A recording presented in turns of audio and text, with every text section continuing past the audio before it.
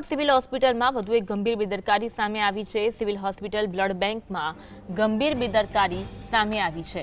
બે મહિલા દર્દીના રિપોર્ટ બદલાઈ ગયા અને પરિવારની જાણે પગ તળે જમીન સરકી ગઈ હોય તેવું જોવા મળ્યું હતું। કમળાની સારવાર માટે આવેલ યુવતીના બ્લડ રિપોર્ટમાં બ્લડ કેન્સર બતાવી દેવામાં આવ્યું હતું। 18 વર્ષની યુવતી કમળાની સારવાર માટે તેને લાવવામાં આવી હતી અને 40 વર્ષની યુવતીના રિપોર્ટમાં કમળાની યુવતીનો રિપોર્ટ બતાવી દેવામાં આવ્યો હતો, જેના કારણે આ બેદરકારી છતી થઈ છે। પરંતુ આ રિપોર્ટ વાંચતા પરિવારના પગ તળે જાણે કે જમીન સરકી ગઈ હોય તેવો માહોલ સર્જાયો હતો। રાજકોટ સિવિલ હોસ્પિટલની આ ગંભીર બેદરકારી કહી શકાય। વધુ એક ગંભીર બેદરકારી રાજકોટ સિવિલ હોસ્પિટલની સામે આવી છે।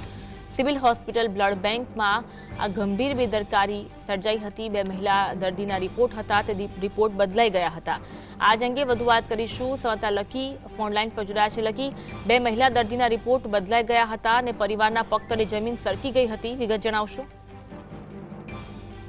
કે રાજકોટ સિવિલ હોસ્પિટલ આમ તો વિવાદોના ઘેરામાં રહેલી છે અને વધુ એક વખત વિવાદ છે તે સામે આવ્યો છે। આ વખતે જે સિવિલ હોસ્પિટલની બ્લડ બેંક છે તેની ગંભીર બેદરકારી સામે આવી છે। બે મહિલા દર્દીઓ છે તે સિવિલ હોસ્પિટલની બ્લડ બેંકમાં જે રિપોર્ટ છે તેમના દ્વારા કરાવવામાં આવ્યા હતા, પરંતુ કમળાની સારવાર માટે આવેલી યુવતીને બ્લડ કેન્સર તેને હોય તેવો રિપોર્ટ છે તે આપી દેતા ખળભળાટ છે તે મચી ગયો હતો।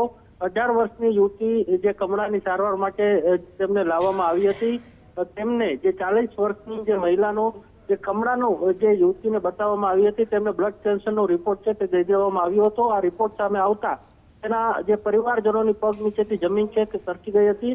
ત્યારબાદ જે બ્લડ કેન્સરની સારવાર માટે અમદાવાદ ખસેડવાની તૈયારીઓ પણ કરી નાખવામાં આવી હતી। જોકે સમગ્ર મામલાની જાણ અને જે ખ્યાલ આવતા જે સામે આવ્યું હતું કે આ રિપોર્ટ પોતાનો બદલાયેલો છે ને અન્ય જે 40 વર્ષની મહિલા છે તેનો આ રિપોર્ટ છે।